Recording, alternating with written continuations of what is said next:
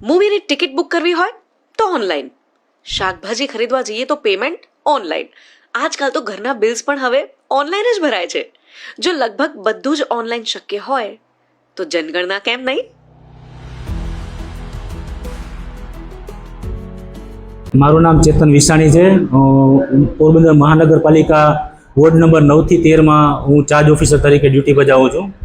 તારીખ 17/5/2026 થી 31/5/2026 સુધી આપણે સ્વગણના ઘર ઘર સુધી પોતે જાતે જ કરી શકે છે ગામના લોકો. તો આપશ્રીને તમામને નમ્ર વિનંતી કે તમે બધા સ્વગણતરી કરી શકો, જેથી કરીને તમારા ઘરે આવનાર જે પણ શિક્ષક કે કોઈ પણ જે અન્ય કર્મચારી છે જે લોકો ઘર ગણતરી કરવા આવશે તો એમને સરળતા રહે. તમારી પાસે જે ઘર ગણતરી કર્યા પછી જે એક ઓટીપી આવશે અથવા એક લિંક આવશે તે તમારે ગણતરીદારને તમારે આપી દેવાની રહેશે, જેથી કરીને તમારો અને ગણતરીદાર બંનેનો સમય બચશે. આ અન્વયે અત્યારે 13 તારીખથી 24 તારીખ સુધી શિક્ષકોની તમામની તાલીમ શરૂ છે અને તારીખ 1/6 થી 30/6 સુધી ઘર ગણતરીની શરૂઆત થઈ રહેવાની છે. તો તમને બધાને નમ્ર વિનંતી કે તમે બધા સપોર્ટ કરો. તેની એક લિંક છે જે તમારા ન્યૂઝપેપર થ્રુ અમે અથવા નીચે લિંક આપશું અમે તમને, એના થ્રુ તમે ડાયરેક્ટલી ભરી શકો છો. લોકેશન પર તમારે નાખી શકો છો. તમારા જે 34 પ્રકારના પ્રશ્ન છે એ પ્રશ્નો પણ તમે જવાબ દઈ શકો છો, જેથી કરીને તમારો પણ સમય બચે અને તમારા ઘરે આવનાર જે શિક્ષક કે જે પણ કર્મચારી છે એનો પણ સમય બચી શકે. તમારા ઘરના મુખ્ય વ્યક્તિની માહિતી છે, તેમજ તમારા ઘરની જે કન્ડિશન છે, તમારે પીવાના પાણીની વ્યવસ્થા છે, તમારા ઘરમાં શૌચાલયની વ્યવસ્થા છે, તેવા પ્રકારના મામૂલી સામાન્ય પ્રશ્ન પૂછવામાં આવે છે. ફેરફાર થઈ શકશે ત્યારે તમે એમને કહેશો કે ભાઈ અમારાથી આટલી ભૂલ થઈ છે, તો એ તમને સુધારી શકશે. હાય, હું છું અદિતિ રાવલ અને આ વિડીયોમાં તમને જણાવીશ કે કેવી રીતે ઘરે બેઠા 17 મે થી 31મી મે દરમિયાન તમે જાતે જનગણનામાં ભાગ લઈ શકો છો.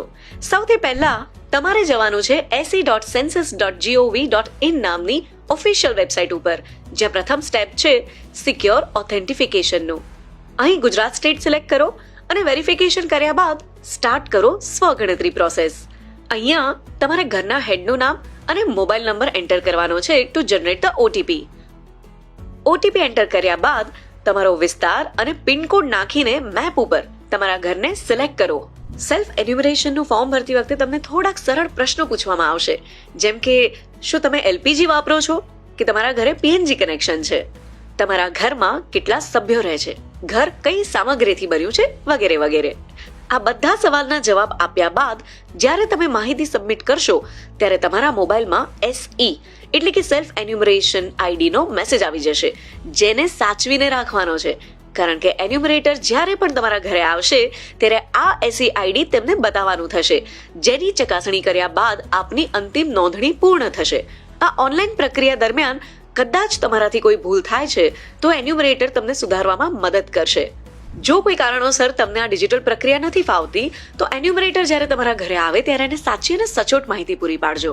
એક ખાસ વાત, એન્યુમરેટર તમારી કોઈ ખાનગી માહિતી નહીં માંગે, જેવી કે પાન કાર્ડ, ઓટીપી, આધાર કાર્ડ કે બેંક એકાઉન્ટ. સો નિશ્ચિંતપણે એને સહકાર આપવા વિનંતી. તમારી આપેલી તમામ માહિતી કોન્ફિડેન્શિયલ રહેશે.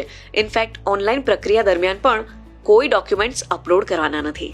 તમે કહેશો કે જો ફાઇનલ પ્રોસેસમાં એન્યુમરેટર ઘરે જ આવે છે તો આખી પ્રક્રિયા ઓફલાઈન જ ના કરીએ? વેલ, ઓનલાઈન પ્રક્રિયાનો સૌથી મોટો ફાયદો એ જ છે કે ભલે તમે પોતાના ઘરેથી દૂર રહીને ક્યાંક બીજે નોકરી કરતા હોવ, પરંતુ હાઉસ લિસ્ટિંગની આ પ્રક્રિયા તમારા પોતાના સમયે શાંતિથી પૂરી કરી શકો છો. અને જ્યારે ફોર્મ જાતે ભર્યું હોય ને તો ભૂલો પડવાની શક્યતા ઘણી ઓછી થઈ જાય છે. એન્યુમરેટર તમારા ઘરે આવશે 1 જૂનથી 30મી જૂનની વચ્ચે. તો એક જવાબદાર નાગરિક તરીકે જો આપણે આ પ્રક્રિયામાં ડિજિટલી સહકાર આપીશું તો સૌથી મોટો ફાયદો એ જ છે કે તમારો અને એમનો બંનેનો સમય બચશે અને આખી ગણતરી પ્રક્રિયા વધુ સરળ અને ઝડપી બની જશે. આમ પણ જેનઝી તો ડિજિટલ વર્લ્ડમાં પ્રો છે, so for you it's just a matter of 10 minutes. જનગણનામાં આપણી ભાગીદારી ડેવલપિંગ કન્ટ્રીથી ડેવલપ કન્ટ્રી સુધીની સફરને વધુ મજબૂત બનાવી શકે છે. ચાલો નિભાવીએ આપણી જવાબદારી અને કરીએ જનગણનામાં ભાગીદારી.